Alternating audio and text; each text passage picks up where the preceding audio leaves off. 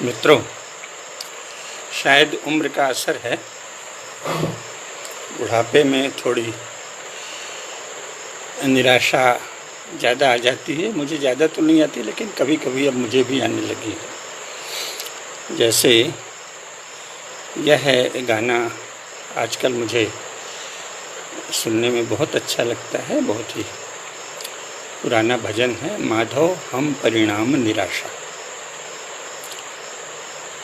माधो हम परिणाम निराशा।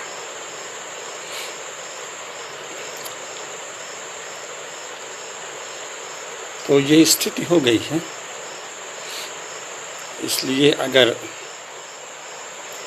हमारी बात निराशाजनक लगे तो भी कोई बहुत बुरा मत मानिएगा, लेकिन हाँ, उस पर मनन करिए। विशेषकर जो नई पीढ़ी के हमारे मित्र हैं और शिष्य भी हैं, उनके मनन करने के लिए यह विशेष रूप से।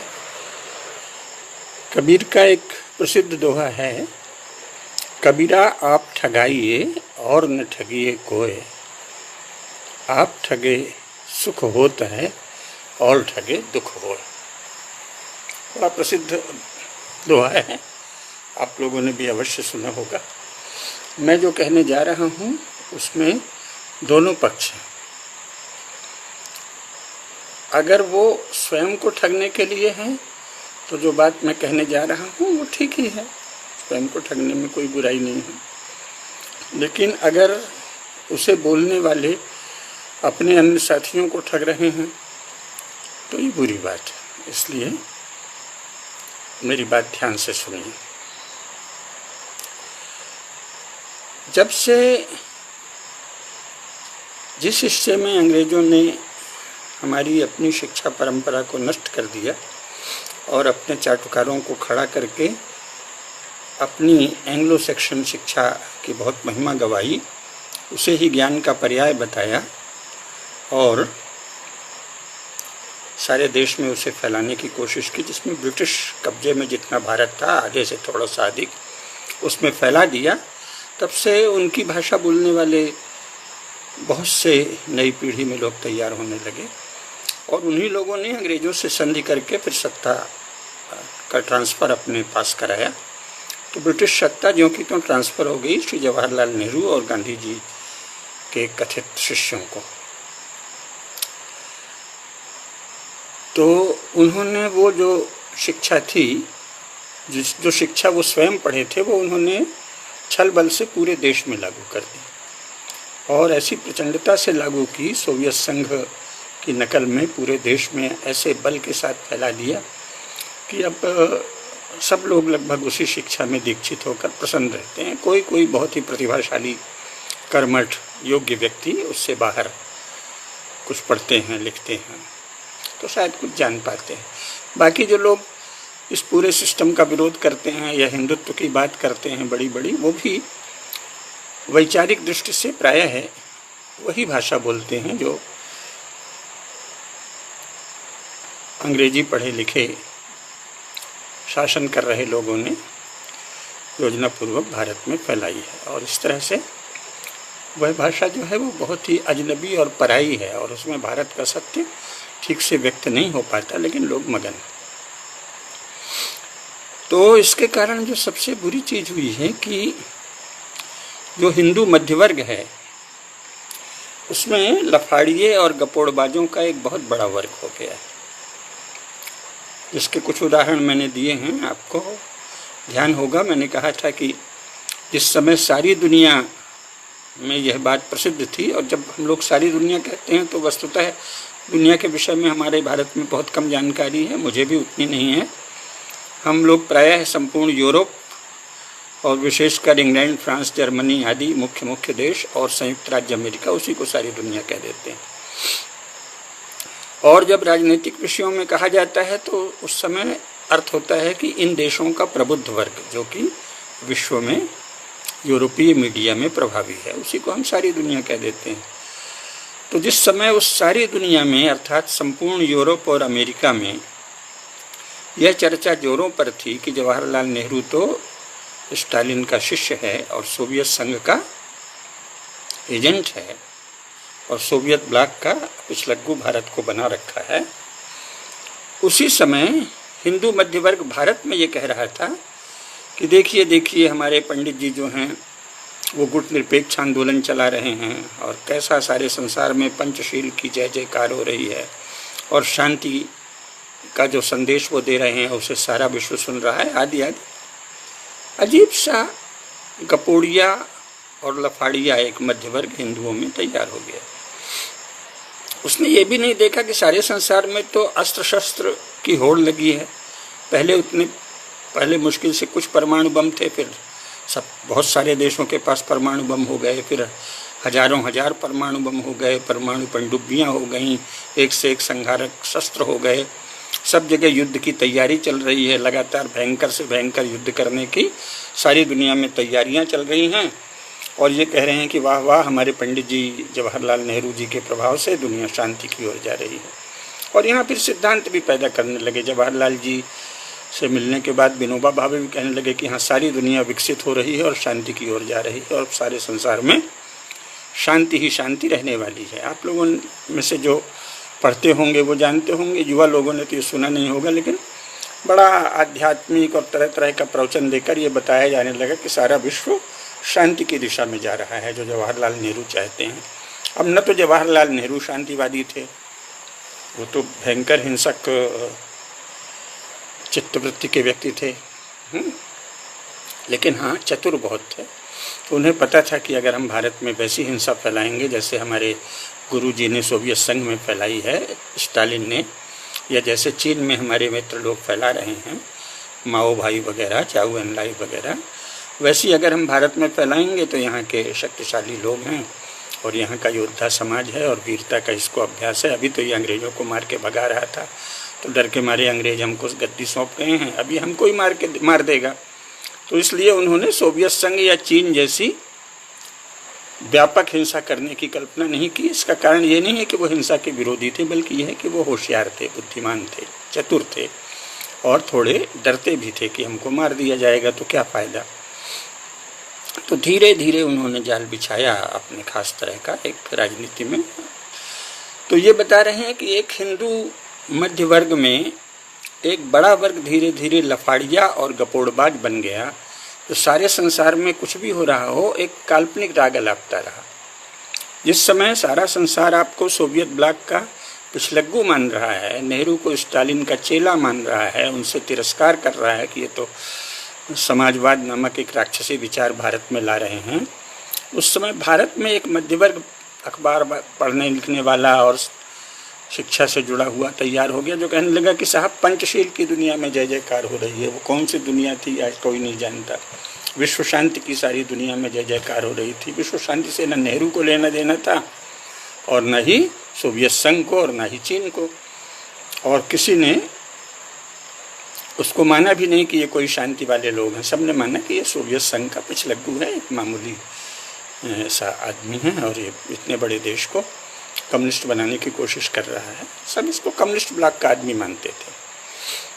अब ये धीरे धीरे ऐसा लगता है कि शिक्षित हिंदू मध्य वर्ग में इस प्रकार के गपोड़िए और लफाड़िए बनने की एक चित्तवृत्ति ही हो गई। अब ये सभी पार्टियों के समर्थकों में ऐसे लोग मिल जाते हैं। जैसे अभी कुछ दिन पहले परम पूज्य डॉक्टर मोहन राव भागवत जी का जन्मदिन था, शायद कल ही, तो खूब सी पोस्ट आई फेसबुक में कि विश्व के सबसे बड़े संगठन के सरसंघ चालक को अमुक अमुक जन्मदिन की शुभकामना आदि आदि। अब ये आप किसको ठग रहे हैं? मैंने कहा ना, लफाड़िया और गपोड़बाज। पहली बात तो कि किस क्षेत्र में विश्व का सबसे बड़ा संगठन है? ईसाइयों के दो बड़े संगठन हैं, वो अपनी संख्या करोड़ों में बताते हैं, कई करोड़ में। तो राष्ट्रीय स्वयंसेवक संघ की सदस्य संख्या तो 1 करोड़ से कुछ अधिक है, इससे ज़्यादा तो नहीं है। तो सबसे बड़ा संगठन कैसे हो गया? और सबसे बड़े संगठन होने से क्या होता है, इस पर भी कोई चिंता नहीं। शंकर शरण जी बता रहे थे कि सोवियत कम्युनिस्ट पार्टी के 2 करोड़ सक्रिय सदस्य थे। विश्व की सबसे बड़ी पार्टी थी। और जब कुछ वहाँ सजग और प्रबुद्ध लोग खड़े हुए और अंतर्राष्ट्रीय स्तर पर भी उन्होंने समर्थन पा लिया, तो सारा सोवियत ढांचा ताश के पत्तों की तरह ढह गया। हम में से जिनकी उम्र अधिक है उन्होंने देखा होगा 89-90 में कि किस प्रकार स्टालिन और लेनिन की जो प्रतिमाएं हैं, स्टैचू हैं, मॉस्को में और सोवियत संघ में जगह जगह खड़ी हैं, उसको बड़ी संख्या में लोग उमड़ उमड़ के जूतों से रौंद रहे हैं। 2 करोड़ सदस्यों वाली कम्युनिस्ट पार्टी यूं ठुकरा दी गई। और फिर पोल भी खुल गई कि साहब जगह जगह लोग कचरे से डबल रोटी के टुकड़े बिन रहे हैं, और ये तो कह रहे थे कि रोटी सबसे बड़ी समस्या है और रोटी की समस्या सोवियत संघ में हल हो गई है और सबको रोटी, कपड़ा और मकान सबको मिल गया है। और वहाँ ये हाल है कि जार के समय से भी ज़्यादा भूखमरी फैल गई थी। तो 2 करोड़ की सदस्यता वाली सबसे बड़ी पार्टी भी ताश के पत्तों की तरह बिखर गई। तो सबसे बड़ा संगठन से आपका क्या आशय है? तो इसीलिए मैंने कहा गपोड़िए और लफाड़िए। निरर्थक बातें नहीं करनी चाहिए, कोई सार्थक बात करिए। अच्छा, सबसे बड़ा संगठन अभी पहले था कि ये हिंदुओं का सबसे बड़ा संगठन है, आरएसएस बढ़ा ही इसी बल पे है। अब आप सबसे बड़ा विश्व का संगठन कह रहे हैं, तो जो जिसका संगठन होगा वो उसका कार्यक्षेत्र होगा। तो क्या अब राष्ट्रीय स्वयंसेवक संघ का कार्यक्षेत्र संपूर्ण विश्व हो गया है और वो विश्व में कोई नई सभ्यता, नया समाज, नया विचार, नया कुछ और लाना चाह रहे हैं? और क्या लाना चाह रहे हैं? कम्युनिस्ट पार्टी ने तो एक घोषणा कर रखी थी कि हमको ये लाना है। किया नहीं किया उससे उल्टा, लेकिन एक कुछ तो घोषित कर रखा था। राष्ट्रीय स्वयंसेवक संघ ने विश्व को क्या एजेंडा दिया है?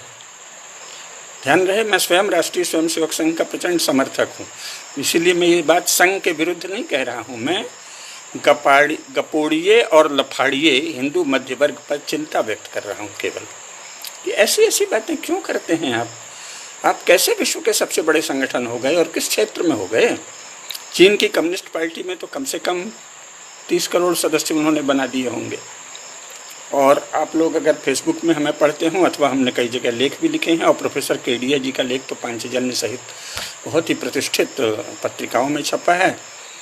तो हम लोगों की बातें आपने सुनी ही होंगी कि चीन निश्चित तौर पे उसी तरह बिखरने वाला है जैसा सोवियत संघ। तो 30 करोड़ की सदस्य संख्या वाली कम्युनिस्ट पार्टी भी ताश के पत्ते की तरह बिखरने वाली है, बशर्ते भारत में मोदी जी बने रहें। और मेरी भगवान से प्रार्थना है कि मोदी जी भारत का नेतृत्व करते रहें। बड़ी कुशलता से चल रहे हैं वो, और उन्होंने अपनी बहुत अच्छी टीम बनाई है। मोदी और अमित शाह की जोड़ी, अजित डोभाल या जयशंकर जी, इन सब की जो बड़ी टीम है वो अमेरिका तथा अन्य देशों से, फ्रांस से बहुत अच्छे से तालमेल बनाकर काम कर रही है। और अंतर्राष्ट्रीय परिस्थितियां ऐसी हैं कि चीन निश्चित 5-6 टुकड़ों में बट जाएगा अगर भारत ने तीव्रता दिखाई तो 5 वर्षों में, नहीं तो 10 या 15 वर्षों में। अब ये मोदी जी पर निर्भर है कि वो कितना समय देंगे, वो अपना हिसाब किताब करके करेंगे। मैं कोई राजाओं को सलाह नहीं दी जाती जब तक वो मांगे नहीं। तो इसलिए मैं ये नहीं कह रहा हूँ कि मोदी जी ऐसा करें कि वैसा करें। मैं कह रहा हूँ मोदी जी जैसा चाहेंगे वैसा होगा, और वो किसी व्यापक हित में, संगठन के हित में, पार्टी के हित में, देश के हित में निर्णय लेंगे। लेकिन चीन की कम्युनिस्ट पार्टी में करोड़ों सदस्य हैं और वो बिखरने वाला है। ईसाइयों के 2 बड़े संगठन हैं, कैथोलिक और प्रोटेस्टेंट। उसमें से ब्रिटिश चर्च जो है उसके भी सारी दुनिया में सदस्य हैं। भारत में ब्रिटिश चर्च के 2 लाख से अधिक सदस्य हैं, जो दिन रात भारत को इंग्लैंड जैसा बनाने की कोशिश कर रहे हैं। दुनिया के अन्य देशों में भी ब्रिटिश चर्च के सदस्य हैं, फिर और अन्य चर्चों के भी हैं। एंग्लिकन चर्च के सदस्य भारत में 2 लाख से अधिक हैं। वो भी दिन रात भारत को ब्रिटेन बनाने की, इंग्लैंड बनाने की, प्रोटेस्टेंट क्रिश्चियन बनाने की कोशिश कर रहे हैं। लेकिन प्रोटेस्टेंट चर्च का संगठन तो आरएसएस से बड़ा है, और चीन की कम्युनिस्ट पार्टी का संगठन आरएसएस से बड़ा है। और कैथोलिकों का संगठन आरएसएस से बड़ा है, तो किस मामले में आप विश्व के सबसे बड़े संगठन हैं? राजनीति में या रिलीजन में या किस विषय में आप बड़े हैं? और ऐसा कह के, अगर मैंने शुरू में कहा था कबीरा आप ठगाइए और न ठगिए कोई, तो अगर स्वयं को ठगने के लिए ये कह रहे हैं, दिल के बहलाने को गालिब ये ख्याल अच्छा है कहते हैं। लेकिन अगर आप जो कह रहा है वो अपने दूसरे साथियों से कह रहा है, तो वो संघ के स्वयंसेवकों को बहका रहा है, ठग रहा है, बुरी बात है। अपनी शक्ति भी जाननी चाहिए, अपनी सीमा भी जाननी चाहिए, शत्रुओं की शक्ति भी जाननी चाहिए, जिसके विरुद्ध आप सक्रिय हों या न हों, पर जो आपके विरुद्ध सक्रिय है उसकी शक्ति भी जाननी चाहिए। इस तरह से सपने में क्यों रख रहे हैं? चीन एक समय ऐसी अफीमची बन गया था, तो फिर क्या हुआ? चीनी संस्कृति नष्ट हो गई। आज चीन में सोवियत कम्युनिस्ट पार्टी का कब्जा है, जो चीन की संस्कृति के विरुद्ध है, चीन की सभ्यता के विरुद्ध है, चीन को खा गया। अभी भी लोग बात बात में चीन कहते हैं या हुआंग हुआ कहते हैं कि वो बड़ा विस्तारवादी है, पर वो गलत है। चीन तो बड़ा शांति प्रिय और साधु देश है, बहुत ही सज्जन देश है। चीन की कम्युनिस्ट पार्टी राक्षस है, जैसा केडिया जी ने कई भाषणों में बार बार बताया है, लेखों में बताया है। राक्षस कौन है? चीन की कम्युनिस्ट पार्टी, चीन के लोग नहीं, चीन राष्ट्र नहीं। चीनी राष्ट्र को, चीनी सभ्यता को, चीनी संस्कृति को चीन की कम्युनिस्ट पार्टी खा गई है। तो अगर कोई अफीमचियों जैसा हम बना देंगे भारत को नशे में कि हम सारे विश्व के जगत गुरु हैं, जगत हमारा अनुसरण करने जा रहा है, ये देखेंगे नहीं कि हमारी वास्तविक स्थिति क्या है। हमारी नई शिक्षा नीति भी आई है, तो वो व्यावहारिक रूप से बहुत अच्छी है, लेकिन पढ़ाया तो वही जाएगा। उसमें ये कहीं नहीं लिखा है कि राजनीति शास्त्र में अब वाल्मीकि, व्यास, शुक्र और चाणक्य को पढ़ाया जाएगा, या समाजशास्त्र में वशिष्ठ, याज्ञवल्क्य, अत्रि, मनु आदि पढ़ाए जाएंगे। तो वो शिक्षा नीति केवल ढांचे के स्तर पर नहीं हुई ना, तत्व में वही पढ़ाया जाएगा ह्यूमैनिटीज़ में, और ह्यूमैनिटीज़ ही विचारों की संरचना को निर्धारित करती है। तो हम तो ऐसे मगन हैं कि उसको कह दिया कि ये अब भारतीय हो गई है, और हिंदू मध्य वर्ग उससे खुश भी है। क्यों? क्योंकि बहुत अच्छी चीज़ें उसमें लाई गई हैं कि भाई आप शाखाएं बदल सकते हैं, अनुशासन बदल सकते हैं, भारतीय भाषाओं में अच्छे से उच्चतम शिक्षा प्राप्त कर सकते हैं, सब कुछ स्वागत के योग्य है। तो ये कहते हैं कि भाई हम एक कदम आगे बढ़ रहे हैं। कांग्रेस ने जैसे बाकी चीज़ों में था कि राशन पानी भी आप लाइन में लग कर लीजिए, समाजवादी दौर में साधारण गेहूँ चावल लेना एक समस्या हो गई थी शहरों में, और चीनी तो बहुत बड़ी समस्या थी। मैंने भी वर्षों लाइन में लग लग कर चीनी खरीदी है, और आज बाज़ार में भरपूर सुलभ है। तो जो समाजवादी दौर में समाजवाद के नाम से हर क्षेत्र में किया था, वही शिक्षा में कर दिया था कि शिक्षा, आप उच्चतर शिक्षा तभी प्राप्त करेंगे जब अंग्रेजी में होगा। तो ये इतने बड़े बंधन को समाप्त कर दिया नई शिक्षा नीति में, बहुत बड़ा स्वागत योग्य कदम है। लेकिन उसका भारतीयता से क्या लेना देना भाई? उसमें तो कहीं लिखा ही नहीं है कि नई शिक्षा नीति भारत की ज्ञान परंपरा को आगे बढ़ाएगी। नीतियां ऐसे तो घोषित होती नहीं है। सबसे पहले तो उसमें पाठचर्या पर चिंतन होना चाहिए कि पाठ क्या पढ़ाए जाएंगे। नई शिक्षा नीति में राजनीति शास्त्र में, अर्थशास्त्र में, समाज शास्त्र में, मानस शास्त्र में, दर्शन शास्त्र में क्या पढ़ाया जाएगा, कौन सा पाठ लिखा जाएगा, इसकी तो कहीं चर्चा ही नहीं है। वही लिखा जाएगा जो इतने दिन से चल रहा है, अंग्रेजी में चल रहा था तो अच्छी हिंदी में अनुवाद हो जाएगा।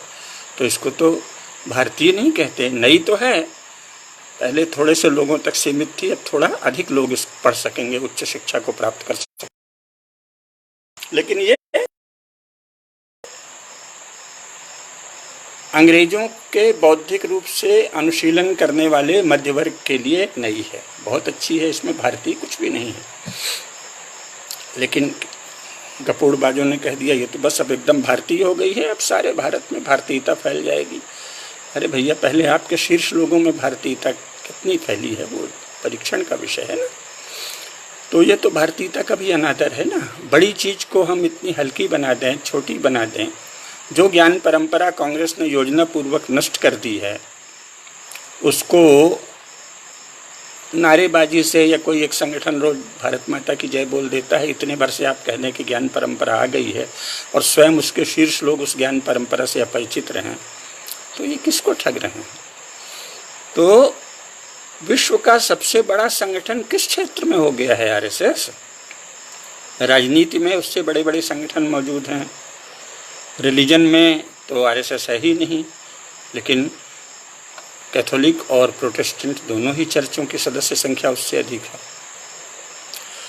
तो मैंने कहा कि ये गपोड़बाज लफाड़िया मध्य वर्ग बढ़ रहा, जो लोग सचमुच देशभक्त हैं उनको इस पर मनन करना चाहिए कि हम ये किसको ठग रहे हैं और क्यों ठग रहे हैं, इस ठगने से लाभ क्या है। अपने को ठग रहे हैं तो ठीक है, हो सकता है, लेकिन क्या हम देश को अफीमची बना रहे हैं, नशेड़ची बना रहे हैं? थोड़ा सा कुछ लोगों ने नमस्ते कर दिया तो कह दिया सब जगह भारतीय संस्कृति फैल रही है, और भारत में ही भारतीय संस्कृति निरादृत है, अनादृत है, शिक्षा से भारतीय संस्कृति बहिष्कृत है।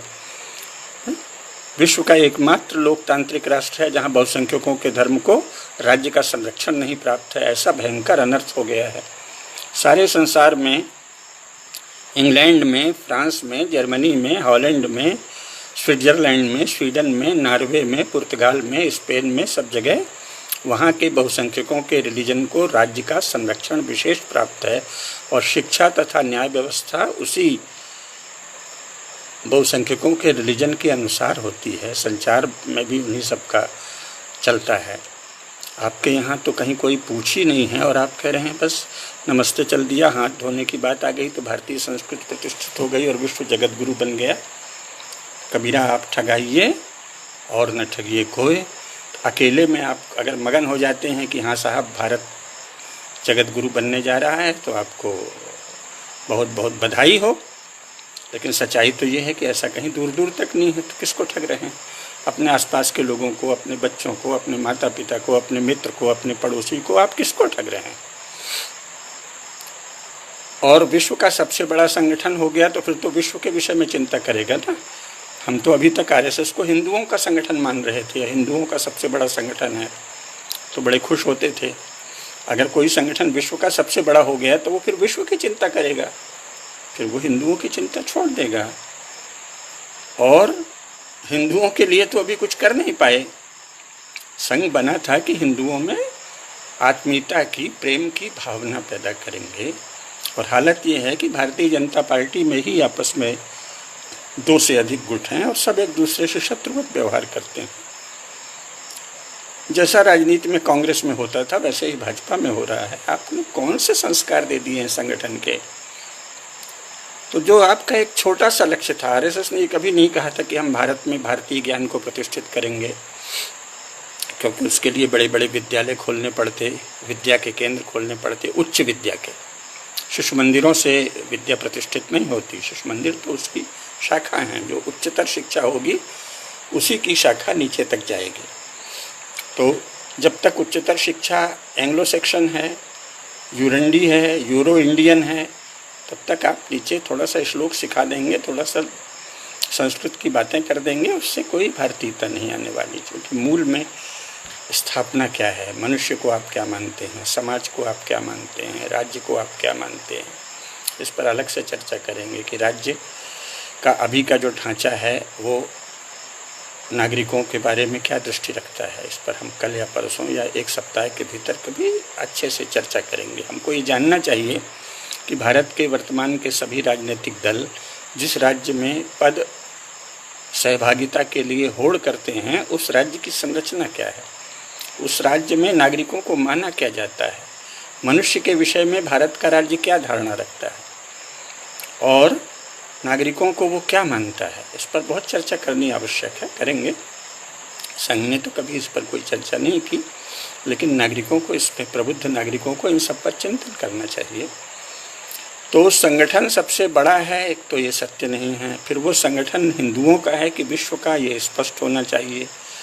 और हिंदुओं का संगठन है तो हिंदुओं की किस बात के लिए संगठन है? क्योंकि पहले तो हुआ था कि सब में प्रेम और आत्मीयता और भाईचारा जगाएंगे, वो तो उसमें तो सफलता नहीं मिली है।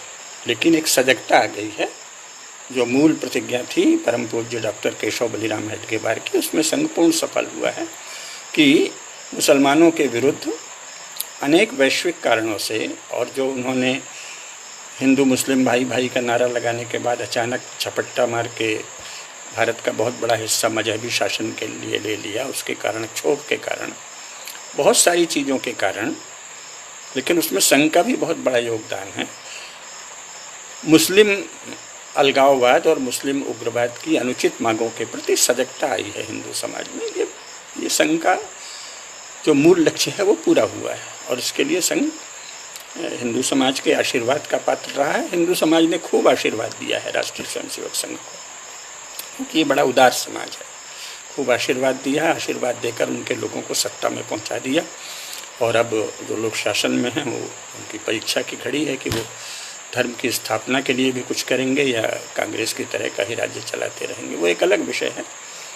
लेकिन मेरा कहना अभी आज का जो मूल विषय है वो यही है कि हम लोग इतने गपोड़िए नहीं बने, चूँकि इस समाज का अहित है। और जो हिंदू मध्य वर्ग में गपोड़ियों और लफाड़ियों का एक बड़ा वर्ग बन रहा है, वो एक चिंता का विषय है। हमें आपस में तो सच बोलना चाहिए ना। अचानक हम जरा सा कोई नमस्ते कर रहा है, हाथ धो रहा है, तो हम जगत गुरु हो गए। पढ़ाई तो आपके यहाँ कुछ भी नहीं है, राजनीति शास्त्र नहीं, भारत का राजनीति शास्त्र महाविद्यालयों और विश्वविद्यालयों में नहीं पढ़ाया जाता, भारत का अर्थशास्त्र नहीं पढ़ाया जाता, भारत का मानस शास्त्र नहीं पढ़ाया जाता, भारत का दर्शन शास्त्र नहीं पढ़ाया जाता। यहाँ तक कि हिंदुओं ने मांग भी नहीं की। पहले तो वो जागरूकता ले आइए कि भाई आप शासन से मांग तो करें कि आप किसके प्रतिनिधि हैं। ये जो आधारभूत बातें हैं जिस पर हम अलग से चर्चा करेंगे, अभी नहीं कर रहे हैं, क्योंकि आज का विषय था कि हिंदू समाज में लफाड़िए और गपोड़िए मध्य वर्ग का फैलता हुआ दायरा, ये बहुत बड़ी चिंता की बात है। इस तरह से झूठ बोलकर, कल्पना करके, आंख मींद कर, चीन में जैसे ठीक कम्युनिस्ट पार्टी का शासन आने के पहले अफीमची वहाँ चीन के लोगों को बना दिया गया था, सब पिनक में रहते थे। उस बीच आप लोगों को पता है या नहीं, हमने एक दो पोस्ट में डाला है, लेकिन आप लोगों का ध्यान नहीं गया होगा, चीन की कम्युनिस्ट पार्टी, चीन मतलब जो कम्युनिस्ट पार्टी है वो चीन में कैसे कब्जा की और उसने चीन के राष्ट्र को कैसे नष्ट किया। तो पहले तो यूरोप के देशों ने चीन में अफीम का व्यापार फैलाया और जगह जगह अफीम फैलाई, तो चीन में बहुत सशक्त, पहले हिंदुओं का बहुत प्रभाव था चीन में। अभी यहाँ भारत में चर्चा नहीं होती, केवल केडिया जी करती हैं। प्रोफेसर कुसुमलता केडिया ने बताया है कि हिंदू धर्म का सबसे ज़्यादा प्रभाव चीन में रहा है। और हमारे यहाँ की जो युद्ध विद्या है, मल्ल विद्या है, युद्ध कौशल है, वो भी चीन गया था। इसके बहुत से प्रमाण हैं।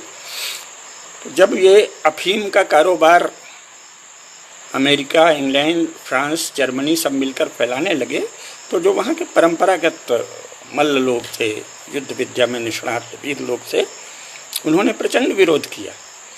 प्रचंड विरोध किया तो कहाँ तो ये आपस में लड़ रहे थे, लेकिन चीन के विरुद्ध इंग्लैंड, फ्रांस, अमेरिका और जर्मनी सब एक हो गए और एक संयुक्त सेना बनाई गई चीन से लड़ने के लिए, जिसका सेनापति एक जर्मन व्यक्ति को बनाया गया।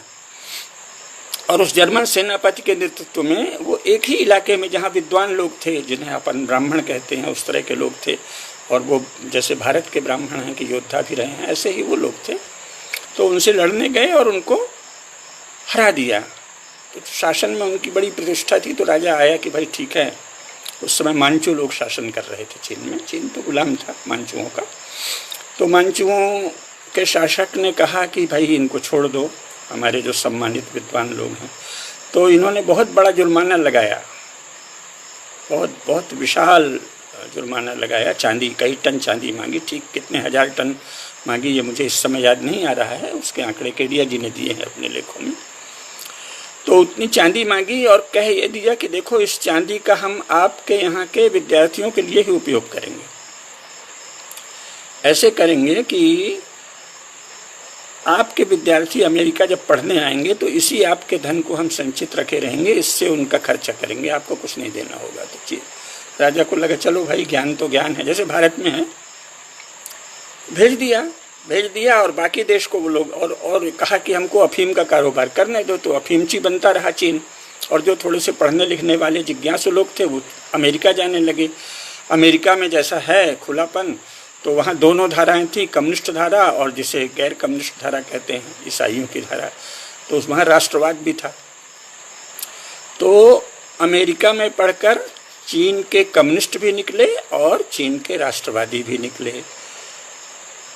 कम्युनिस्टों का जो नेतृत्व आया उसमें फिर बाद में एक जो सबसे बड़ा गुंडा और बदमाश था माओ जेडुंग, वो उनका नेता बन गया चल कपट से। और जो राष्ट्रवादी धारा थी उसमें तो फिर भी भले लोग थे, चांग काई शेक आदि थे, सन यात सेन थे। तो सन यात सेन भी अमेरिका से पढ़कर आए थे, ईसाइयत से बहुत प्रभावित थे, और चांग काई शेक भी अमेरिका से पढ़कर आए थे। कुल मिलाकर जब अमेरिका में दोनों समूह, दोनों धाराएं शिक्षा लेने लगी, तो चीन के राष्ट्रवादी और चीन के कम्युनिस्ट दोनों एक तरह से अमेरिका से ही पढ़ के निकले। और उसके बाद दूसरे विश्व युद्ध में ऐसी स्थिति बनी कि सोवियत संघ चला गया अंत में इंग्लैंड और फ्रांस और अमेरिका के साथ। तो सोवियत संघ में स्टालिन था। स्टालिन ने कहा कि भाई इधर का इलाका हमको दे दो, हमसे अकेले नहीं संभलेगा तो ये माओ जेडुंग को दे दो। तो चीनी कम्युनिस्ट पार्टी को बहुत बड़ा इलाका कब्जा करने को मिल गया, जितना इतिहास में कभी नहीं था। और फिर उन्होंने योजनापूर्वक चीन की संस्कृति को नष्ट किया, जिसे लॉन्ग मार्च कहते हैं, कल्चरल मार्च कहते हैं, सांस्कृतिक मार्च और लॉन्ग मार्च। उसके द्वारा माओ जेडुंग ने क्या किया, चीन के मंदिरों को नष्ट किया, बौद्ध विहारों को नष्ट किया, मठों को नष्ट किया। चीन की संस्कृति और सभ्यता पर बहुत बड़ा आक्रमण है चीन की कम्युनिस्ट पार्टी वर्तमान में, झुआंगहुआ की कम्युनिस्ट पार्टी। चीन तो भारत का द्वारा दिया गया नाम है, उनका मूल नाम है झुआंगहुआ। तो झुआंगहुआ की कम्युनिस्ट पार्टी तो स्वयं चीन के दुश्मन है। तो क्या है कि जब चीन अफीमची बन गया तो विदेशी शक्तियां उस पर ऐसे हावी हुई कि शिक्षा के नाम पर भी उन्होंने अपनी चीज़ लाद दी। और आज चीन की राष्ट्र की आत्मा तो ख़त्म कर दी है चीन की कम्युनिस्ट पार्टी ने। चीन की संस्कृति को तो नष्ट कर दिया है चीन की कम्युनिस्ट पार्टी ने। और चीन की राष्ट्रीयता, चीन की संस्कृति, चीन का धर्म, चीन का ज्ञान परंपरा सब कराह रही है झुआंगहुआ कम्युनिस्ट पार्टी के राक्षसी अत्याचारों और राक्षसी पंजों में कसमसाती हुई छटपटा रही है। तो भारत को अफीमची मत बनाइए भाई, ये विचारों की अफीम भी एक होती है। हम जगत गुरु हो रहे हैं, पढ़ रहे हैं एंग्लो सेक्शन शिक्षा, भारत का कोई भी शास्त्र नहीं पढ़ रहे हैं, भारत की ज्ञान परंपरा नहीं पढ़ रहे हैं, भारत का राजनीति शास्त्र नहीं पढ़ रहे हैं। वाल्मीकि रामायण और महाभारत ह्यूमैनिटीज़ में हर क्लास के कोर्स में होना चाहिए। चाणक्य का अर्थशास्त्र केवल पॉलिटिकल साइंस में नहीं, हर अनुशासन में जो ह्यूमैनिटीज़ के हैं कोर्स में होना चाहिए। साहित्य में सबसे पहले संस्कृत के साहित्य की मूल चीज़ें अनिवार्य होनी चाहिए, एमए और पीएचडी सबके लिए। लेकिन वो सब तो नहीं है यहाँ। तो मार्क्सवाद, तो अस्तित्ववाद, तो फलानावाद, तो ढेकानावाद, तो अब डिकन्स्ट्रक्शन भी आ गया है। अरे आपका क्या लेना देना, वो ईसाइयों का एक आंतरिक विवाद है। विज्ञान से ईसाइयत ख़त्म हो रही थी तो उन्होंने छलपूर्वक ये डिकन्स्ट्रक्शन ला दिया, जिससे कि विज्ञान तो बढ़ता रहे लेकिन साहित्य आदि में कोई बहस नहीं हो पाए। तो इसलिए ये डिकन्स्ट्रक्शन की थियरी आई है कि हर वाक्य को, हर शब्द को विवादास्पद बना दो। अरे इसका ये अर्थ नहीं, नहीं पाठ का ये अर्थ है, आदि आदि। वो उनका आंतरिक कलह है। वो भारत में क्यों पढ़ाया जाता है? आप ईसाई हैं, आप यूरोपियन हैं, लेकिन हिंदी साहित्य में भी वही कचरा और कूड़ा पढ़ाया जाता है, पढ़े जा रहे हैं। राजनीति शास्त्र में वही कूड़ा पढ़ाया जाता है। 100 साल की उनकी कुल प्रगति है। 150 साल पहले तो न कहीं मार्क्सवाद था, न कहीं समाजवाद था, न कहीं यूरोप का कोई विचार था। सारे ही यूरोपीय राजनीति शास्त्री तो 150 वर्ष के भीतर ही हुए हैं ना। उसके पहले तो वहाँ अजीब से मूड से पादरी लोग ही ज्ञानी माने जाते थे ना, चर्च के, जिसको चर्च को अब यूरोप ने ठुकरा दिया। तो अब यूरोप में चर्च को ठुकराने के बाद जो लोग आए हैं वो भी कहीं ना कहीं चर्च से तो थोड़ा प्रभावित हैं ही, और वो उनके भीतर का मामला है। उदार भी हैं, लोकतांत्रिक भी हैं और चर्च से प्रभावित भी हैं, बड़ा मिश्रण होता है। उनको भारत में क्यों पढ़ाया जाता है? पॉलिटिकल साइंस में, इकोनॉमिक्स में, मतलब साहित्य में, राजनीति शास्त्र में, अर्थशास्त्र में, समाजशास्त्र में एक ऐसे समाज के विचारकों को क्यों पढ़ाया जाता है जो मुश्किल से 150 वर्ष की जिनकी परंपरा है, उसके पहले वो खुद ही कहते हैं कि डार्क एज था, अंधकार था। शताब्दियों तक अंधकार में डूबे रहकर विगत 150 वर्षों से जिनमें ज्ञान की एक किरण भर आई है, उस देश के विद्वानों को, उस देश के ज्ञान वृद्ध सयाने लोगों को भारत के बच्चे को पढ़ने को क्यों मजबूर किया जाता है? यूरोप के वृद्धों से ही हमारी नई पीढ़ी क्यों संवाद करे? भारतीय ज्ञान परंपरा के ज्ञान वृद्धों से भारत की नई पीढ़ी को संवाद के लिए क्यों नहीं सुलभ कराया जाना चाहिए? और नहीं कराया जा रहा तो भारतीयता की बात आप कैसे कर रहे हैं? अफीमची बना रहे हैं, देश को नशे में डाल रहे हैं। जगत गुरु होने का नशा, भारतीयता का नशा, ये अगर ऐसा नशा रहा तो वही दुर्गत होगी जैसे चीन में हुआ है कि कम्युनिस्ट पार्टी आई और चीन के राष्ट्र को नष्ट कर दिया। तो यहाँ कम्युनिस्ट पार्टी ना आके अगर आरएसएस ने भी ऐसा नशा फैला दिया, अभी तो भगवान की कृपा है कि आरएसएस का जो शीर्ष नेतृत्व है वो ये सब, वो किसी नशे में नहीं है और वो नशा नहीं फैलाना चाहता। लेकिन ये नई पीढ़ी में क्या आ रहा है?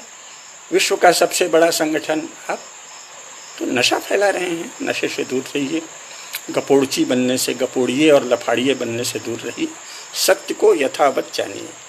आरएसएस बहुत ही सम्माननीय, बहुत ही महत्वपूर्ण, बहुत ही श्रेष्ठ संगठन है। परम पूज्य डॉक्टर केशव बलिराम हेडगेवार का जो लक्ष्य था कि मुसलमानों का आतंक न रहे हिंदुओं में, उस लक्ष्य को संघ ने तथा विश्व की परिस्थितियों ने सुलभ करा दिया है। राष्ट्रीय स्वयंसेवक संघ ने अपना मूल लक्ष्य प्राप्त कर लिया है। उसके बाद कोई लक्ष्य उसने घोषित नहीं किया है, काम चलाओ कुछ कर रहा है। जहाँ तक प्रेम और भाईचारा की बात है, वो भारतीय जनता पार्टी के ही नेताओं में नहीं है, इसलिए उसका दावा तो कोई संघ वाला नहीं कर सकता। भाजपा के मुख्यमंत्रियों और मंत्रियों को मैं जानता हूँ कि वो एक दूसरे को कैसे काटते हैं। सारे वो छल प्रपंच जो कांग्रेस में होते थे वो भाजपा में भी हो रहे हैं। तो प्रेम, भाईचारा, आत्मीयता, बंधुता बहुत दूर है, बहुत दूर है, बहुत दूर है। और जगत गुरु बनने से तो अभी आपने तो उधर देखा भी नहीं है। जगत गुरुत्व थोड़ा बहुत अगर इतिहास आदि में काम किया था तो आर्य समाज के लोगों ने काम किया था, पर उनमें दूसरे बहुत से मिशनरी तत्व हैं। एक तरह का, किसी भी तरह का उन्माद भारत में, इतने बड़े देश में नहीं चलेगा कि हमको अमुक मतवाद फैलाना है, चाहे वो आप वेदवाद ही हो। तो विशाल देश है, यहाँ की विशाल परंपराएं हैं, यहाँ के बहुत सारे कुल समूह हैं, उन सब कुल समूहों की अपनी ज्ञान परंपरा है। सबका सम्मान करना होगा, सभी धाराओं को रहने देना होगा और संवाद प्रेम पूर्वक होकर लोकतांत्रिक ढंग से चलेगा तो हर एक का ज्ञान, हर एक का जो कुछ श्रेष्ठ है वो दूसरी धाराएं भी स्वीकार करेंगी। आर्य समाज में जो कुछ श्रेष्ठ है वो सनातनी स्वीकार करेंगे। सनातनियों में बहुत कुछ श्रेष्ठ है जो आर्य समाज को करना चाहिए, नहीं करेगा तो किनारे पड़ जाएगा, वो सब अलग बात है। आज का मुख्य विषय यह है कि हम नशा नहीं पैदा करें। अभी जगत गुरु बनने की दिशा में आपने देखा तक नहीं है, उधर नज़र नहीं उठाई है। और विश्व का सबसे बड़ा संगठन आरएसएस है, इस झूठ की कोई आवश्यकता नहीं है, क्योंकि वो विश्व का नहीं केवल हिंदुओं का संगठन है। और अभी भी हिंदुओं की ज्ञान परंपरा, हिंदुओं का विशाल राजनय, हिंदुओं का विशाल महान विराट इतिहास, किसी भी क्षेत्र में उनका कोई उल्लेखनीय काम नहीं है। मूल जो लक्ष्य था उसमें वो सफल हुए हैं। एक बड़ा संगठन है जो चाहे तो अन्य भी बड़े काम कर देगा। और मोदी जी का शासन तो बहुत ही शुभ है। 17 सितंबर को आदरणीय नरेंद्र मोदी जी का जन्मदिन है, तो हम सबको उनका अभिनंदन करना चाहिए। और प्रोफेसर कुसुमलता केडिया जी अंतर्राष्ट्रीय राजनीति के विशेषज्ञ हैं, तो उनका कहना है तो मुझे भी सही लगता है कि हो सकता है कि चीन को सबक सिखाने की कोई बहुत बड़ी योजना पर काम चल रहा है। और हो सकता है कि अचानक हम लोगों को खबर मिले कि कैलाश मानसरोवर पर हमारा कब्जा हो गया है, या कोई भी बड़ी खबरें आ सकती हैं। ऐसे सुंदर श्रेष्ठ कार्य भी कर रहे हैं मोदी जी, तो जो श्रेष्ठ कार्य हैं उनका खूब अभिनंदन होना चाहिए, साधुवाद दिया जाना चाहिए, उनके गुण भी गाए जाने चाहिए। राजा के गुण हम लोग सदा गाते रहे हैं, लेकिन ऐसे गुण न गाएं कि नशा आ जाए, ऐसे गुण न गाएं कि बस भारत जगत गुरु हो गया, क्योंकि ये झूठ है। और झूठ से भी बड़ी बात है, झूठ तो बुरा है ही, ये अपने महान ऋषियों और मुनियों का अपमान है। इतनी पिद्दी सी बात में आप भारत को जगत गुरु कहेंगे, तो इसका मतलब कि आपको ध्यान ही नहीं है कि ये देश वशिष्ठ और विश्वामित्र, याज्ञवल्क्य, मनु, भारद्वाज, अंगिरा, किसका देश है ये? चाणक्य, किसका देश है? आपको याद नहीं है? आप इसको पिद्दी पिद्दी सी बातों में आपको ये जगत गुरु बनता दिख रहा है। आपके पास कौन है इस समय चाणक्य? कौन है इस समय चंद्रगुप्त? नरेंद्र मोदी एक बहुत अच्छे राजनेता हैं और हमें आशा है कि वो देश का बहुत बड़ा काम करेंगे, तो हम लोग उनका अभिनंदन करते जाएंगे जितनी बड़ी बड़ी उनकी उपलब्धि होगी। लेकिन इतना झूठ क्यों बोल रहे हैं? जगत गुरु बनने की तो आपने अभी तक कोई कल्पना ही नहीं की है, क्योंकि जगत गुरु में गुरु शब्द तो ज्ञान का द्योतक है ना, और भारत का ज्ञान भारत के विश्वविद्यालयों से, भारत के महाविद्यालयों से तिरस्कृत है, उपेक्षित है, दमित है, प्रताड़ित है। आपको उसकी छटपटाहट नहीं होती? इतना महान ज्ञान, इतनी विराट ज्ञान परंपरा यूं तिरस्कृत है। नई शिक्षा नीति में भी तिरस्कृत है। केवल संरचनागत कुछ अच्छाइयाँ आई हैं। भाषाओं के मामले में बहुत बड़ा काम हुआ है कि स्वदेशी भाषा से सब लोग पढ़ सकेंगे, लेकिन पढ़ेंगे वही कूड़ा कचरा यूरोप का। ध्यान रहे, सारी पढ़ाई ह्यूमैनिटीज़ की ही महत्वपूर्ण है। साइंस और टेक्नोलॉजी तो इस समय जो चल रहा है वो आपको वहीं की पढ़नी पड़ेगी, लेकिन ह्यूमैनिटीज़ अगर आप अपनी भारतीय की नहीं पढ़ाए, राजनीति शास्त्र, समाज शास्त्र, धर्मशास्त्र, साहित्य, कहीं दूर दूर तक इनमें भारतीयता की, भारत की विशाल ज्ञान परंपरा की, भारत के महान दर्शन की, महान साहित्य चिंतन की, रस शास्त्र की, नाट्य शास्त्र की, राजशास्त्र की, समाज शास्त्र की, मानस शास्त्र की, मनोविज्ञान की, योग की, कहीं कोई जैसी चाहिए वैसी प्रतिष्ठा ही नहीं है, जो कि मानविकी के प्रत्येक अनुशासन में अनिवार्यतः जिसके अंश पढ़ाए जाने चाहिए, कहीं दूर दूर तक नहीं है। और विश्व का सबसे बड़ा संगठन और हम जगत गुरु बन रहे हैं, ये झूठ हम न बोलें। हिंदू मध्य वर्ग में लफाड़िए और गपोड़िए वर्ग का बहुत बड़ा विस्तार हो रहा है, ये ठीक नहीं है। हमारी जो भारत के प्रबुद्ध लोग हैं, जो सचमुच देशभक्त हैं और सत्यनिष्ठ और धर्मनिष्ठ हैं, उनसे करबद्ध प्रार्थना है कि लफाड़ियागिरी को ज़्यादा प्रोत्साहन नहीं दें। न तो कोई विश्व का बहुत बड़ा संगठन भारत में है और न ही कोई जगत गुरुत्व की ओर आपने आंख तक उठाई है। मरीज अपने को पहलवान माने तो ये बहुत भयंकर स्थिति है, भयंकर रोग की दशा है। हमारे यहाँ राजनीति में एक बहुत ही शुभ परिवर्तन हुआ है कि 2014 से श्री नरेंद्र मोदी प्रधानमंत्री बने हैं और इससे क्रमशः शुभ होता ही चला जाएगा। लेकिन होता ही चला जाएगा ये समझना और हो गया है, होने लगा है ये कहना, दोनों में बहुत अंतर है। अगर हम इतनी जल्दी कहेंगे कि हो गया तो हमने तो अपने को बौना बना लिया। हमने एक जगह चीन चला गया तो कल को कहने लगे कि चीन तो हार गया और कैलाश मानसरोवर पर भी हमारा कब्जा हो गया और तिब्बत को हमने स्वतंत्र कर दिया, कुछ भी कहने लगे कि हो गया, तो आप तो क्या माने जाएंगे? आप स्वयं सोच लीजिए, या तो नशेड़ची या असंतुलित। जगत गुरु बनने की दिशा में हम चल पड़े हैं, ये गप्पे नहीं करिए। विश्व का सबसे बड़ा संगठन कोई है आरएसएस, इसके कहने की ज़रूरत नहीं है। और उस संगठन के क्या लक्ष्य हैं, उसकी क्या शक्ति है, उसके क्या गुण हैं, क्या योजना है, इन पर थोड़ी चर्चा होनी चाहिए लगातार। और हम लोगों को, ये तो पाणिनि और पतंजलि का देश रहा है ना, यहाँ तो व्याकरण की और वाक शक्ति की इतनी महत्ता रही है। सोच समझ कर बोलना, वाक संयम, वाणी का क्या व्यवहार करें, एक एक शब्द पर कितना चिंतन हुआ है। कहा जाता था कि अगर आप एक शब्द भी, आपने जो कसा हुआ गद्य है उसमें भी एक शब्द भी घटा दिया तो बहुत बड़ा काम किया। ये कसौटी मानी जाती थी कि जिसमें दिखता ही नहीं था कि एक शब्द घटा दें, उसमें भी कोई बताता तो नहीं ये शब्द अनावश्यक है, और फिर उसकी जय जयकार होती थी। और हम लोग ये जगत गुरु और क्या क्या शब्द बोले जा रहे हैं। सोशल मीडिया में हमारी जिम्मेदारी है कि हम झूठ नहीं बोलें, गपोड़बाजी नहीं करें।